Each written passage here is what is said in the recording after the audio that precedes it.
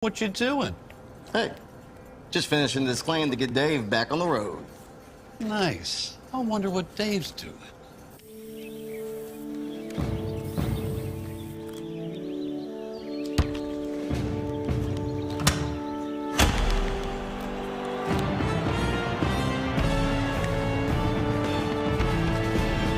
You do your thing. We've got you covered.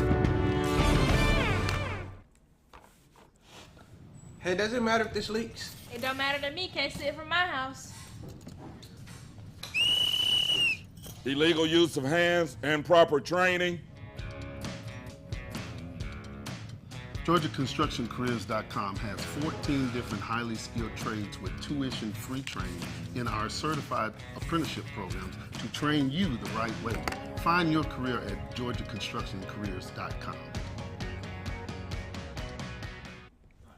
All right, good afternoon and welcome to the 272nd episode of the Alfa Insurance Drive for the GHSA State Title. I'm excited about today's show. Our featured guest is going to be Blessed Trinity head coach Ed Dudley. He's a veteran coach. He's in his 30th season, I believe, as a head coach. If you didn't know, he was my head coach at Walton. He's also been at Beaufort as a head coach, Carrollton, Ware County, most recently Winder Barrow, and now year one at BT. They're off to an undefeated start. They beat St. Pius last week, and they've got our big featured televised matchup this Friday hosting Marist. We talked to Coach Chadwick at Marist on Monday, got a little insight into what he's thinking into the game, and so we'll talk to Coach Dudley today, see how the Titans are feeling heading into kickoff. Today we're going to talk about a couple things, the latest with the reclassification news and what's on the horizon. I saw some interesting stats, some main topics that are going to come up in these discussions, and then we're going to compare it to some of the recent big decisions with reclassification and how that's impacted the size of regions, the overall competitiveness, and then how it's impacted the various different schools across the statewide landscape. As you know, we have private schools, we have the city schools, and then these multipliers that has changed. Additionally, we're going to be starting a new feature each episode. I was originally planning on doing my ranking segment on Monday and then my top play from the previous week on Wednesday. We're going to stick to that today, but I'm going to change it moving forward because on Wednesday, that's when the composite rankings come out, and so I think that's a better day to do it because I'll get to look at all the different polls, whether that's ours, the AJC, Maxwell, 680, the Max Preps, and I think I'm missing one, the AJC poll. So we'll change that, but today we're going to start with our segment. It is presented by GeorgiaConstructionCareers.com. They've been an outstanding sponsor. If you watch our broadcast, you know they're our title sponsor. They've stepped up to sponsor these segments each episode, so I'm excited about that. I thank them, and they really this isn't something where I'm going to give you a promo code to get a product. They just want their message out there. They are very passionate about telling young people about these opportunities, and then their motto, transform your future today. They really believe that just from the start, they can get you on the right track. They can help you find a career, and then it's not just a short-term situation. It can set you up for the long run as well. So I want to thank them. But without further ado, let's go to one of my favorite players in the state and what I consider the play of the game on this past Friday. Just the level of difficulty and the fact that this kid, Dylan Williams, has made this a signature aspect of his game. The way I described him before the season, I said he makes clutch and miraculous catches routinely. He had, honestly, it was the best catch I think I've ever seen in our Corky Kell 7-on-7. One-handed, game winner, Hail Mary, triple coverage, and he just does it every time I see him. And so we have a couple angles. I mean, they're both exceptional, but we'll go ahead and play this clip. I might loop them each a couple of times. We'll restart them. But let's check out my play of the week. Committed to Marshall, 6'3" receiver Dylan Williams showing off a little "you got mossed" style Look this at how evening. he lands right here. Oh my goodness, we were just all talking about this over there in the sports cubicle. So we'll look at this one was more time probably from this angle. So touchdown pass from KJ Smith. Dylan already has 8 touchdowns this season. He had 2 last week against Milton. And just watch how he times his jump. Committed to Marshall, 6'3" the Milton receiver players are trying Dylan to push him Williams out of showing bounds. off a little "you got mossed" style this evening. Look Oh at that my landing. goodness, we were just all Gets talking his about this elbow over down there in right the in sports bounds. cubicle. This was probably And you can pause that right there. And what's also very interesting, and you'll see it on the next angle, that's literally where I was standing for the catch. And so you can see me in this one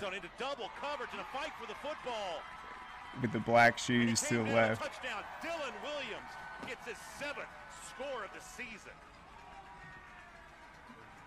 All right, so let's look at this angle one more time. You can see him time his jump, how high he gets. And then this actually gave Roswell the early lead. A key 3rd down play. And something he's done every single week. He actually posted a highlight just from the first 4 weeks of the season, his 8 touchdowns. Every single one of them looks like this. Just they throw out the term mossing guys a lot, but it's almost different with him because it's like double coverage, the balance, the concentration. So here it is right here. Towards the end zone into double coverage and a fight for the football. To throw towards the end zone into double coverage and a fight for the football. And he came down the touchdown. Pretty awesome Dylan right there. Williams So there's my gets his play of 7th the week. score of the season. Shout out to Dylan Williams. Keep it up. I know you're going to have a great senior season. You've been doing it for years. And I'm excited to see what you do the rest of the season. I think he's still committed to Marshall. That's a great get for sure. Man, he's just special. And I mentioned a little bit on Monday, he doesn't have the breakaway speed, but his ability to track the ball is so good. And he just jumps up and attacks the football, and he has a lot of strength where he can haul it down like that. And he ended up having about 90 yards in the last game. I think at the end there was another deep ball they tried to throw to him. It was 100% pass interference. They didn't call it. And I honestly thought they should have thrown up a couple more passes to him because Roswell was really struggling to get points on the board. Only had 7 in the first half. Milton was controlling the ball. And as talented as that Roswell offense is, they were struggling on 3rd downs. They were struggling sustaining drives. So I thought they should have just taken more shots. You have your guy. Maybe you draw a pass interference. But I sure have never seen a ball go up to Dylan Williams where it ends up being an interception. He's either going to make the catch, you're going to get a pass interference, or it's going to fall incomplete. I trust him to go up there and fight for the football. So once again, shout out to Dylan Williams. What a great start to the season, and I really enjoyed that play. I think there's another angle where you see me kind of react to it. I try to stay unbiased in some of these matchups, but I'm just a huge fan of Dylan, and that was just epic to see. All right, so let's keep moving forward let's look at the rankings because I was going to do this on Monday. All right. So, in 7A, Score, Atlanta, and Maxwell are the only ones that have Buford at number 2. Everyone else has them at number 1. who else got a number 1 vote? Let's see. Interesting. The Maxwell rankings have Milton number 1. And then obviously score, we have Walton at number 1. I'll get into that a little more in a second. But in the composite, the overall, this is something that changed this week with the overall vote totals. Buford is the composite number 1, but you have a 3-way tie at number 2 this week with Mill Creek, Walton, and Colquitt County. So that is really exciting. I think that is just a perfect representation of what 7A is looking at like this year. And it reminds me a little bit of last year when you had Buford at number 1 and all these teams on their heels. But I mean, this year it's really true with, I mean, those programs right there. Mill Creek, they won it last year. They have a big game this upcoming week. Walton and Colquitt, I mean, that is as good as it gets. And then behind them in the composite, you got Carrollton, Westlake at number 6. Milton is number 7 overall in the composite. They're ranked number 1 by Maxwell. Most of the polls have them at that 7 or 8 range. We have them at 7. Parkview's in the top 10, Grayson, and then the other schools that have gotten top 10 votes are Valdosta, Norcross, and Peachtree Ridge. So that's exciting right there. And obviously you got the Peachtree Ridge Norcross showdown coming up in a little over a month. All right, in 6A, Hughes barely edged Gainesville in the most overall votes. They have 56. Gainesville has 55. But the reason Gainesville did not have the edge is because all of Hughes' votes are either number 1 or number 2. But the Maxwell computer rankings have Gainesville at number 4, and so that weighed them down. So Gainesville has more number 1 votes from 4 outlets, but that number 4 ranking weighed them down, so they're 1 behind Hughes right now. I think that is completely fair. Hughes had an out-of-state loss, but they've been outstanding. I think, they got a big region opener this week. And then you got Thomas County Central, Houston County, and Roswell in that top 5.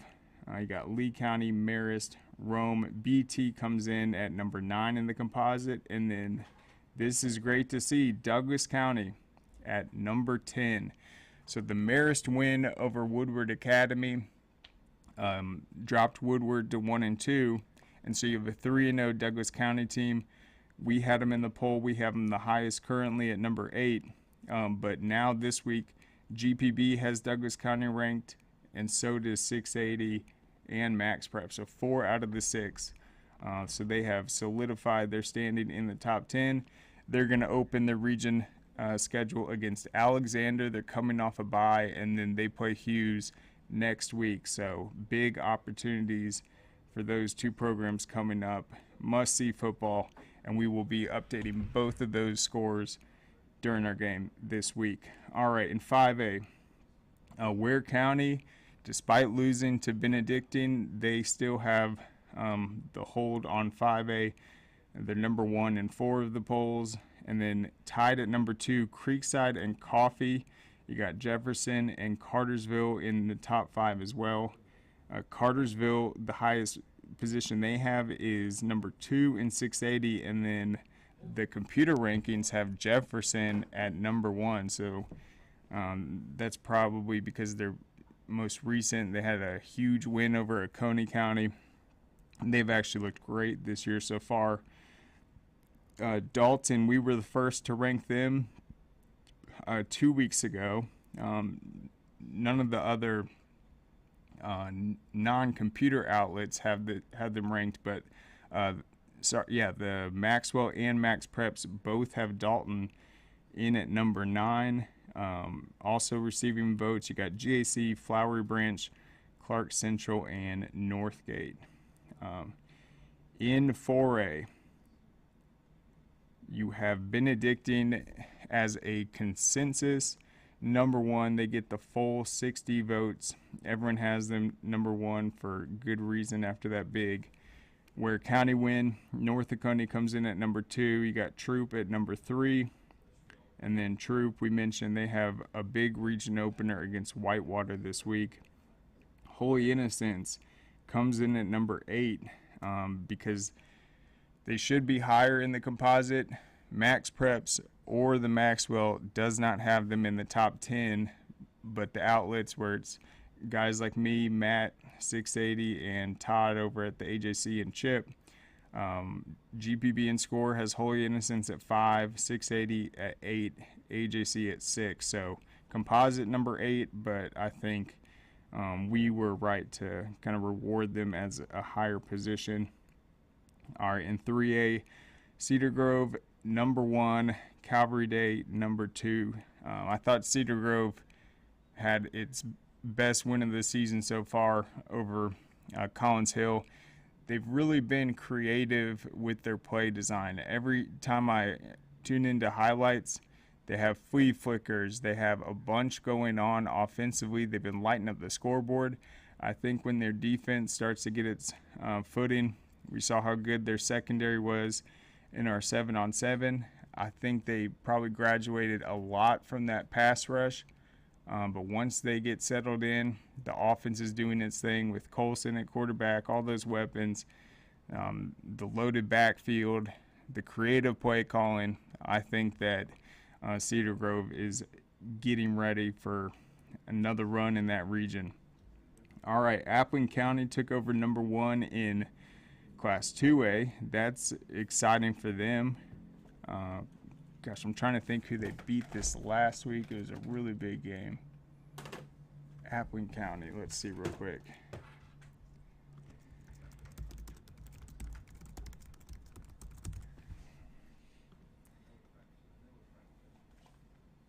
So Appling County lost to Ware County by 3 points in their opener. That's right. And then they beat Wayne County this last week. That is a huge victory.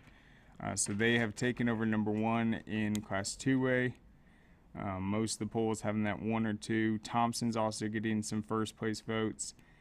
Pierce County, Callaway, Northeast, Fellowship Christian, a loaded Class 2A poll. And then last year, Thompson obviously won it all. A great game over Fitzgerald. But, man, you're having some other teams emerge this year. Watch out for Fellowship. Pierce County's undefeated. Callaway's always dangerous. And Rockmart is another team that's going to make some noise. All right, in Class A Division 1, you got Prince Avenue Christian. They join Schley County and Benedictine as the only consensus number 1s with all 60 votes.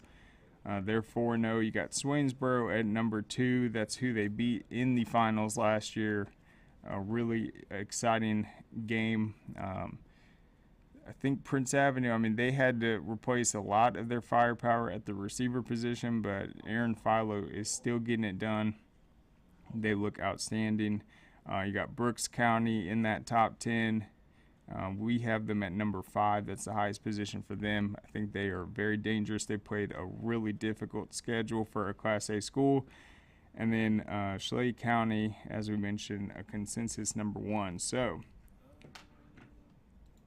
we'll start with Schley County. So they are leading all of Class A Division II in total points scored, 46.3.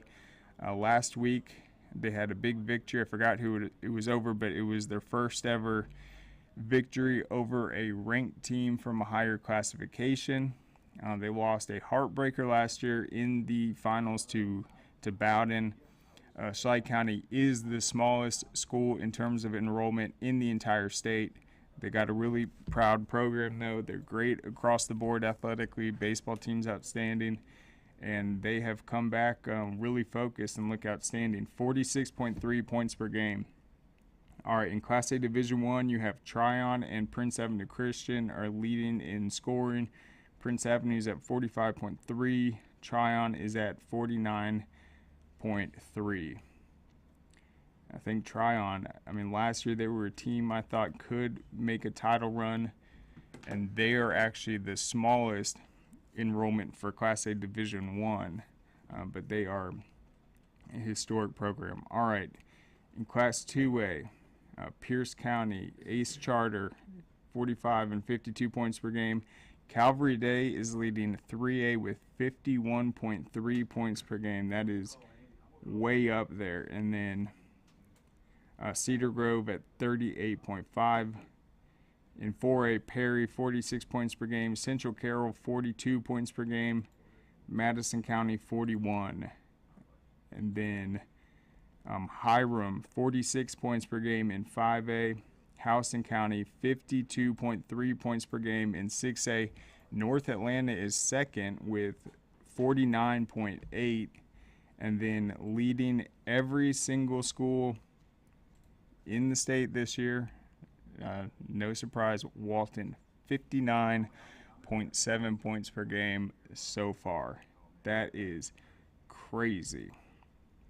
So there you have it. And then in this latest edition, they also have, I'll just run through this quick before we hit the break, but these are who Todd and Chip consider the top unranked teams to watch this week.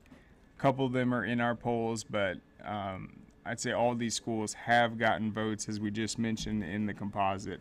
Central Carroll, Dalton, Douglas County, East Coweta for sure. They got that big matchup with Lowndes. They just beat Sandy Creek 31-14. Lanier County, Lowndes, Lumpkin County, North Atlanta, Ola. We had Coach Kazi on the show last week. They were on a bye. They play Eastside coming up. And then Peachtree Ridge is getting that notice as a top unranked team in the AJC. So we'll go ahead, we'll reset, we'll take a break and thank our sponsor, Alfa Insurance. What you doing? Hey, just finishing this claim to get Dave back on the road. Nice. I wonder what Dave's doing.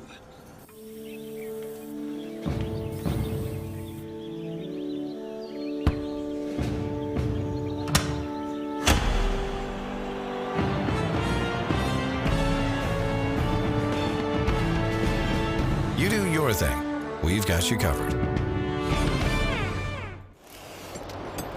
Hey, is the power off on this? I don't know. Just take it off.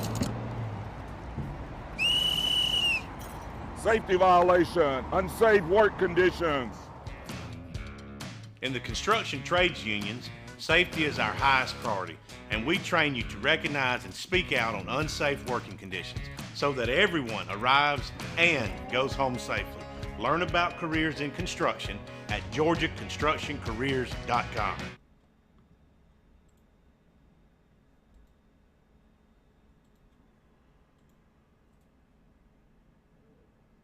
All right, welcome back. So I'm going to talk about the reclassification. I thought I had an article I wrote, but that was from 2016. I'm trying to find it, but I'll start here. So since 2011, when I got to score, I've seen a lot with the landscape. There was no 7A. 7A got introduced. The big concern that always came up was in the lower classifications. They wanted to separate the private schools from the public schools. That happened. Okay, so what's the next thing we need to tackle? Oh, well, these private schools are still too good. They add the multipliers. Well, now we're going back and we're getting rid of 7A. The regions are growing and there's still concerns on how to level the playing field.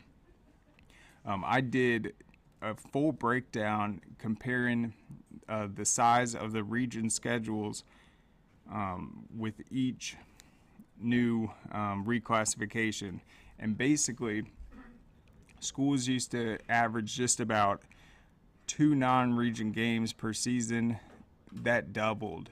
And so there's pros and cons to that. I think one of the pros is the coaches really did take advantage of those non-region games and would say, well, we want to play the most challenging non-region schedule possible, and that's helped teams play these out-of-state games that have been huge. You have opportunities to play nationally ranked teams. Cedar Grove, they did it probably several years ago, I think, against that Hewitt Trustville on ESPN, had just an incredible game. And so you're able to kind of get out of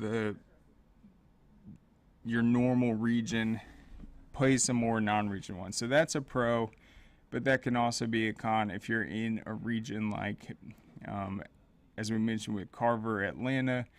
They only had 3 region games. It is very hard to find a non-region game in October. And so it affects everyone differently, but that's the biggest thing. It's the size of the regions is going to change. So we're going to have, I think, less out-of-state matchups once this happens. Well, then the other big change is obviously the multiplier. And I still see people complaining about how private schools have an advantage. And yeah, there are definitely differences in a private school and a public, but there's also differences in any program. Some just have been established, some have better funding, some have bigger booster clubs, more involved alumni, a better track record of sending guys to the next level. There's plenty of advantages, plenty of areas, but if you look across the sports just in the last 2 years, with the multiplier that sent teams like Blessed Trinity, Woodward, Marist, all the way up to 6A, how many of them are winning football state titles? We didn't see it. Only private school that won last year was, I think, Prince Avenue Christian.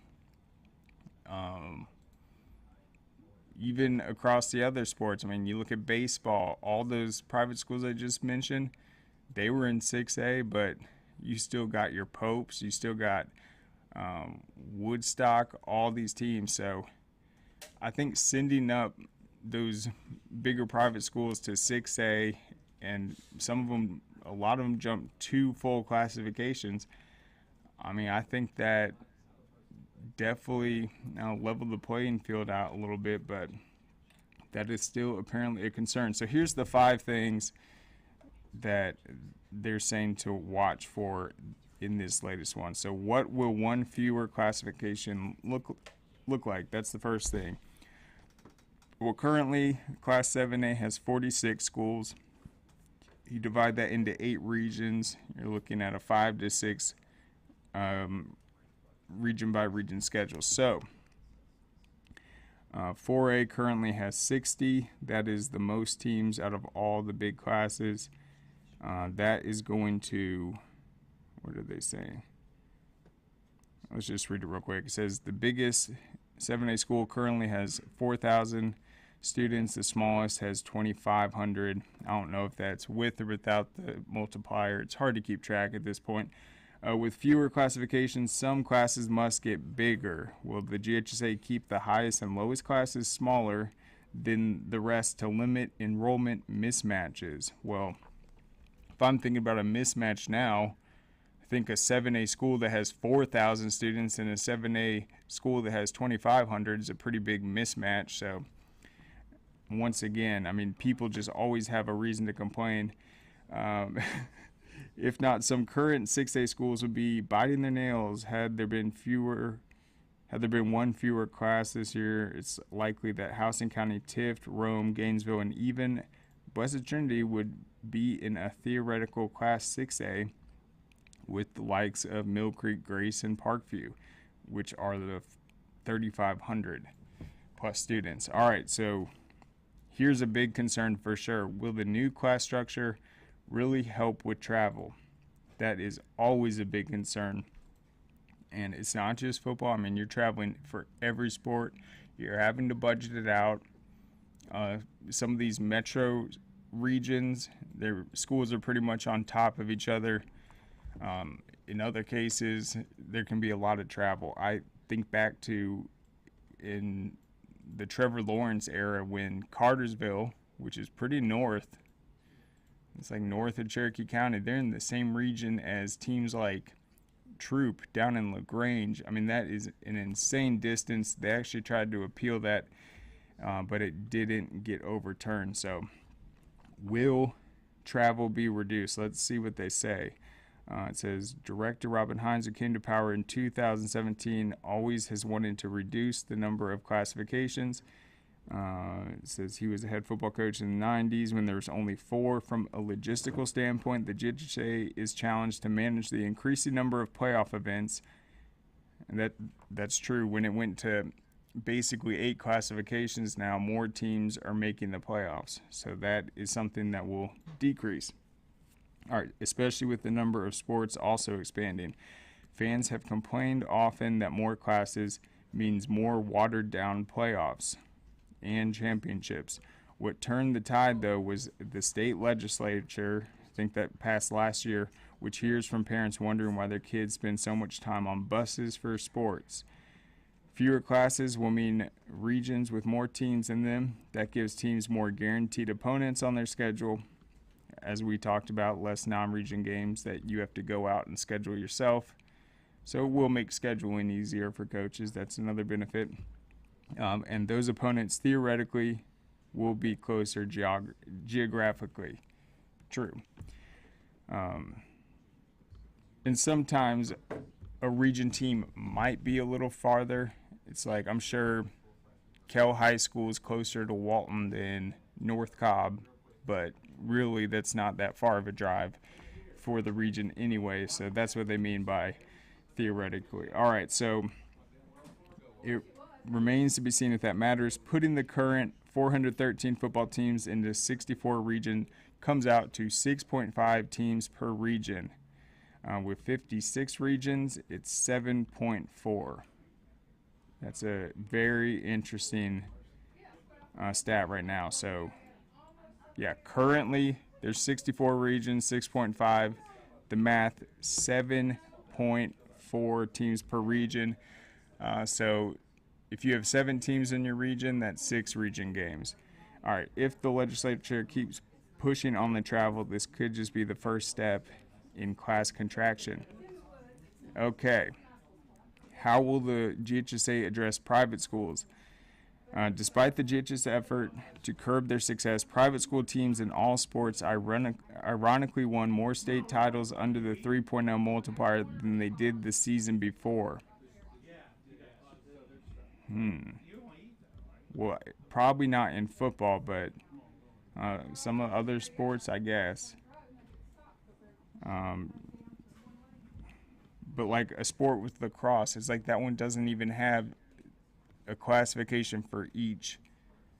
So it's like it really does impact it all differently. All right, a closer look, however, shows that the multiplier did reel in the bigger private schools. There we go. The Big Nine won 24 state titles instead of the 36 they previously won. But this outcome was offset by the success of former Class A private schools, which were freed again to compete with public schools in classes 4A and below for the first time in a decade. Well, I guess they're talking about Benedictine. Well, Benedictine has won the last 2 state titles in 4A, but they volunteered to play in 4A. They're a all-boys school with only 400 students. So they kind of made that decision. They felt like 4A would be the most fair for them. And what are they going to do? Say, because that doesn't really impact them with the math. So you can subtract some of those titles. All right, they won 37 after winning only 17 when confined to a class of their own. Now the GHSA has agreed to exempt out-of-zone students multiplier if they attended their school since the 5th grade. So you're starting to see where the debates are going to happen. This is all very interesting stuff. And then there's 2 more points. All right, let's go to the city school. So another target of the multiplier was the city schools. There's 20 of them in the state. They typically have more out-of-zone students than county public schools. A couple of examples, and really if you look at last year, the city schools dominated. You had you got Beaufort, Carrollton, Gainesville. All right, so they won 17 state titles last academic year, one more than before the 3.0 but they also won 24% fewer playoff rounds in all playoff bracket sports. In football, the city schools advanced to 22 rounds after the multiplier compared to 20 the season before. Carrollton and Gainesville were state runners-up. City schools remain far more successful than county public schools in football. 12 of the 20 city schools won a playoff round or more last season. For county public schools, 99 of 35 advanced. Even private schools, getting 17 of their 46 teams to the first round, weren't as good as the city schools in that regard. So, will there be a radical proposal? The GHSA almost never talks about this, probably because schools whose teams regularly get slaughtered, that's their words, not mine, under Friday nights rarely speak up about it, but there are some startling football statistics that are even more stark in some other sports. The average score of a region football game last year was 38-12. More than 40% of the games were decided by 30 points or more. 25 years earlier, in 1998, only 22.3 were decided by 30 or more points. Fans watching a region game in 1998 had nearly a 1/3 chance of seeing the game decided by 10 or less points. In 2022, that dropped to just 22%. So, interesting. So, basically 78% of the region games last year were decided by double-digit scores. They say blowout games hurt attendance and thus revenue. They've also provided less educational value for athletes participating in them. Reducing the number of classes could exacerbate the problem. It will increase the number of region games and the routes that come with some of them. Larger regions also will mean larger enrollment discrepancies. Here we go. Some administrators and coaches have suggested that the GHSA use each school's or individual sports team's track record to help classify. The goal would be to increase the number of competitive, meaningful games that every sport team and athlete experiences. And they say this is radical, but it's actually happened before. There were teams that were in 5A, for example, but would play football in a 6A schedule. So I don't know if they would do it for every sport, but I think we have seen it before. I think it was teams like Tift County, maybe Camden one year.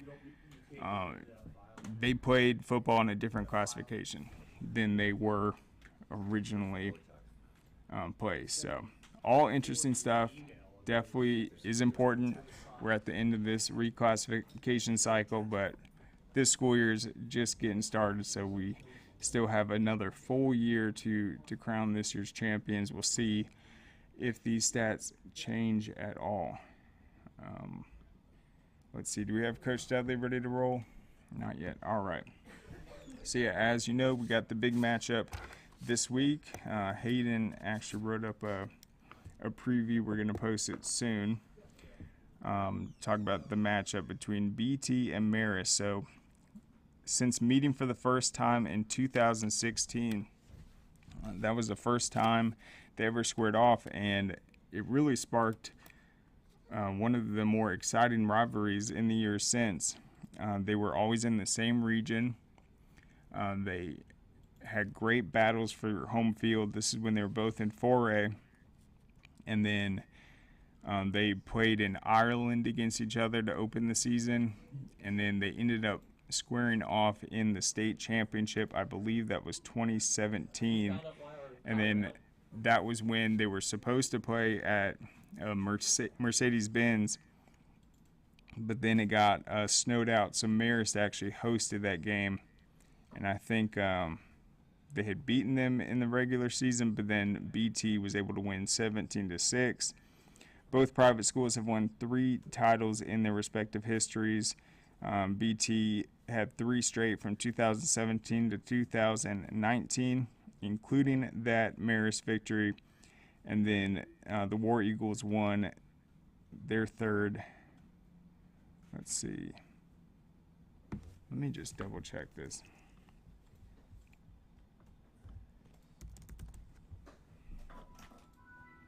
They definitely have 3. Let's see.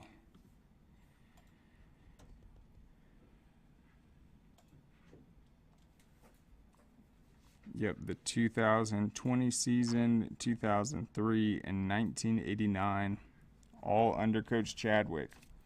The War Eagles, led by Chadwick, have been the definition of consistency, making the playoffs for the 29th straight season in 2022.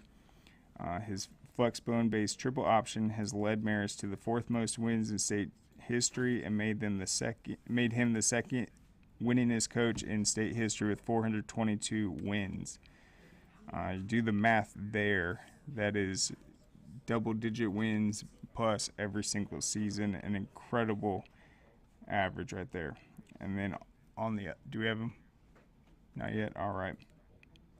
On the other side of the field is Ed Dudley, his 30th year as head coach, his first with the Titans. In his previous 29 seasons, we talked about Winder Barrow, Carrollton, Ware County, Walton, and Buford. 217 and 120 overall record. And then big thing that Hayden points out in his preview is BT is implementing just a different offensive scheme this year. I think they're going more to the RPO. In the past, they've had some really great running backs. Steel Chambers, he went to Ohio State. He's playing linebacker now, but he was outstanding. You had Justice Haynes before he transferred. He got some carries, I think, in their latest state championship run. And so they have always had outstanding players. And then in terms of the big playmakers, that was, gosh, what's his name? His brother. Let me pull this up real quick.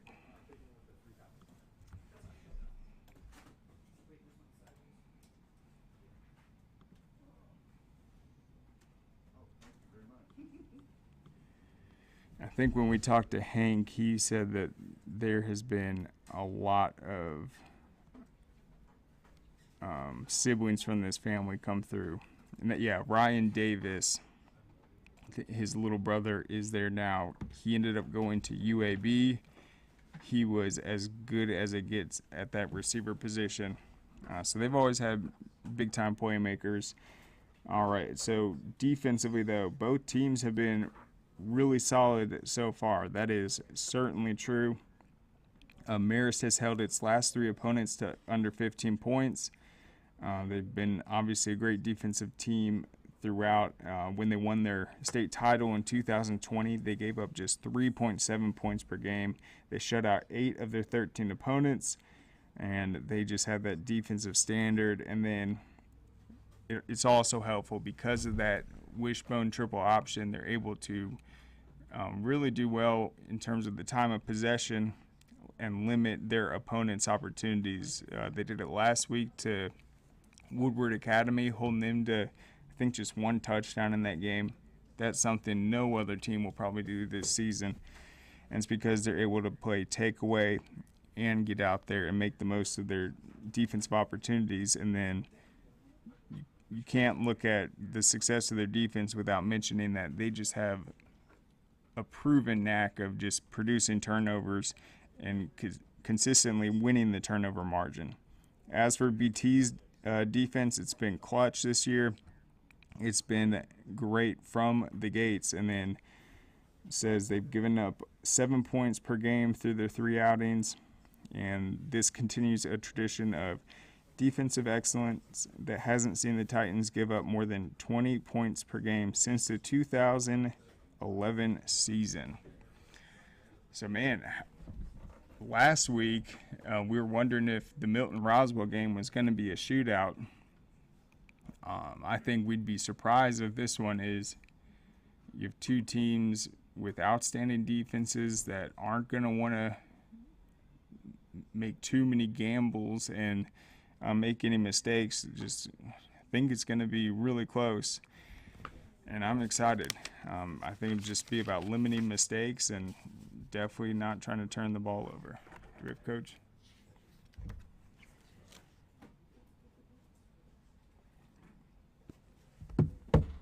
All right. It's all good.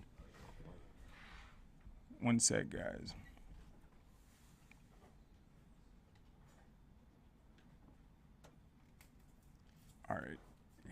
let's go to break. One more break, and we'll try to figure out where Coach is.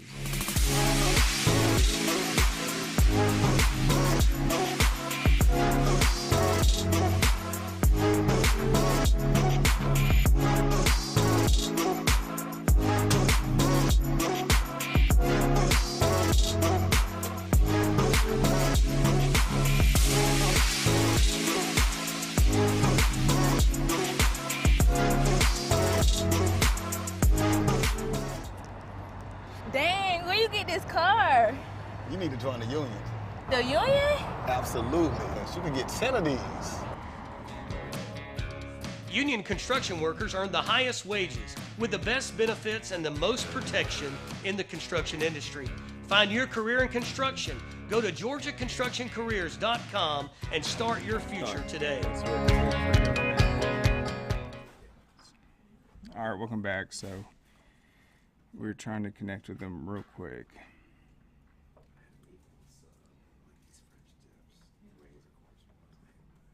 Let's go ahead and check out Najee's story on their quarterback.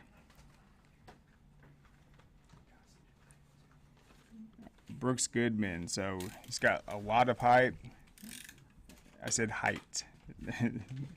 There's some hype too, but no, his height. He's got great skills, and then from the start, I mean, I heard big things about him on what his future is going to be like at BT, and we talked about modernizing this offense. You have to have a quarterback to do it, and that's Brooks Goodman. So Najee said he's a great prospect, top player to watch this Friday night on Peachtree TV. He's got 502 yards, 3 touchdowns this season, 63% completions so far. He had a really efficient day passing in their opener against Calhoun. The completion percentage against St. Pius went down a little bit, but still that just shows, like, even with a game where you're below 50%, he's still at 63 for the season. So that's a good mark, anywhere above that 60, close to the 70 range. Let's see. And then, yeah, Najee actually talked to them. You can go to Score ATL. This was posted, I believe, on Monday. So going into the Calhoun game, I never played it down on varsity. After the scrimmage, I found out that I had beaten a junior who was part of my quarterback competition. Came into Calhoun with no experience. Trusted God in all of the training that I put in. It was a close game. I threw a touchdown earlier in the game at the end. We had been working on this play because we knew their safety was going to come down, and we threw it over the top to our receiver and scored. That was probably my favorite moment. And I believe that was the younger brother of the receiver I was talking about from their 2018 title run. All right, the Titans offense has already put up 46 points on the board this season in their 46-0 blowout against ELCA. In that game, Goodman threw for 2 touchdowns with 6 incompletions. And then a part of the offensive success is Goodman's great connection with his receiving core, especially Bryce Lewis, Arizona commit. In terms of his goals this season, he says he wants to throw for at least 2,500 yards. With guys like Bryce, our receiving core, and our line continuing to do a good job, I feel like I will be able to, said Goodman. I feel like I can perform really well in this offense. I want to get my rushing yards up a little bit. I didn't have any last year because we were more in a pro-style offense, but I feel this year I'll be able to get my numbers up a little higher. So yeah, 100% the guy to watch this week. BT's quarterback going up against this Marist defense, well coached. How is he going to handle the moment? They're undefeated, but this is just a big game. And when we look ahead to BT's region, some of these big time matchups, the Alpharetta game, the big Roswell matchup, he's gonna have to be that guy. He's gonna have to make throws when they need him to, and just handle the pressure really well. So he's stepping into the spotlight for the first time. He's confident in his guys. He's got some games under his belt, and we'll get to see him up close and personal on Friday. In terms of his recruitment. I mean, BT's a just phenomenal school. They send guys out all over, not just the recruits. I mean, even guys like Hank, shout out to Hank, he went to Indiana, went into their journalism school. It says, my parents have always wanted me to pursue academics. They've always wanted me to study. I feel like I've been able to balance it pretty well. I'm taking a couple AP classes that are a little difficult, but I like the challenge, and being able to study after school or early in the morning has really helped me. So big time opportunity for Brooks Goodman, quarterback of Blessed Trinity. All right, juicy. It's all good. I'll show you. There's nothing there. That's first. That's second. And that's third. All right. Well, we will get them on this week for sure. Definitely Friday.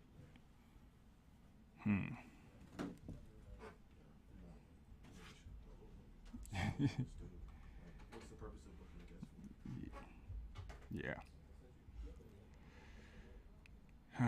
But it is pretty crazy to think about how many different big-time programs Ed Dudley's been at. And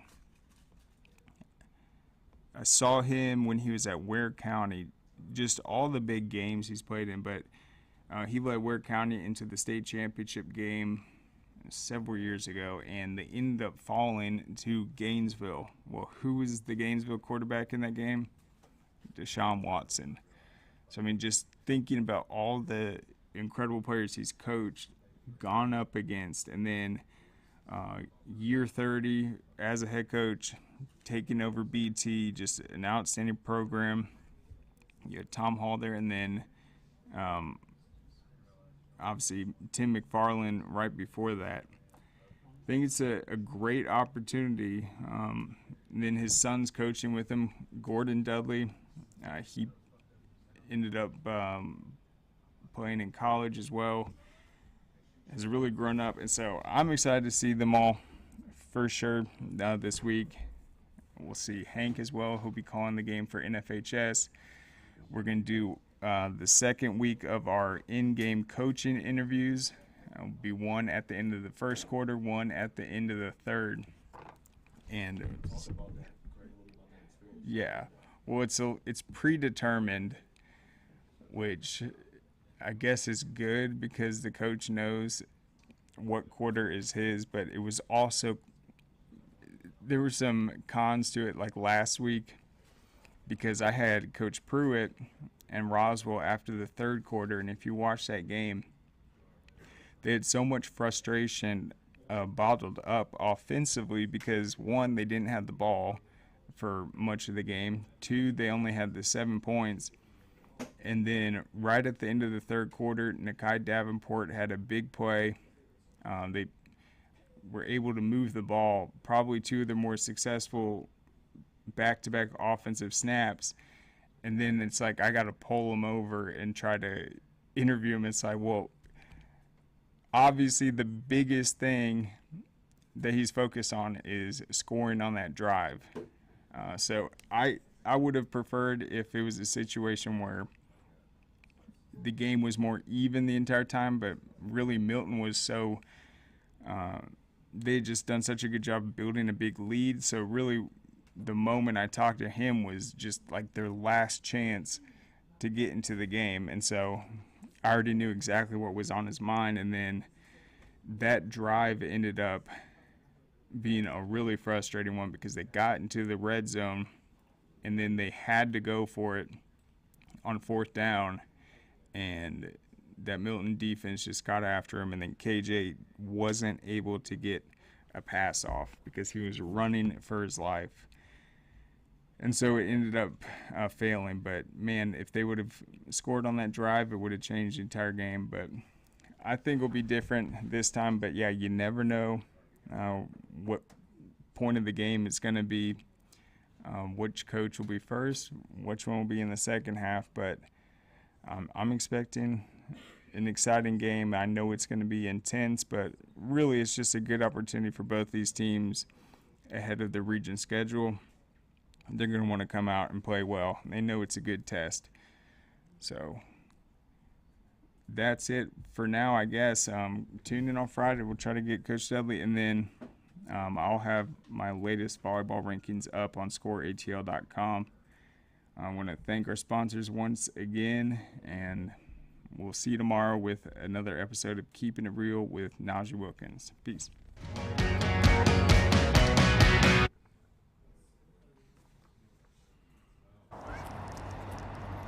Dang, where you get this car? You need to join the union. The union? Absolutely. You can get 10 of these. Union construction workers earn the highest wages with the best benefits and the most protection in the construction industry. Find your career in construction. Go to GeorgiaConstructionCareers.com and start your future today.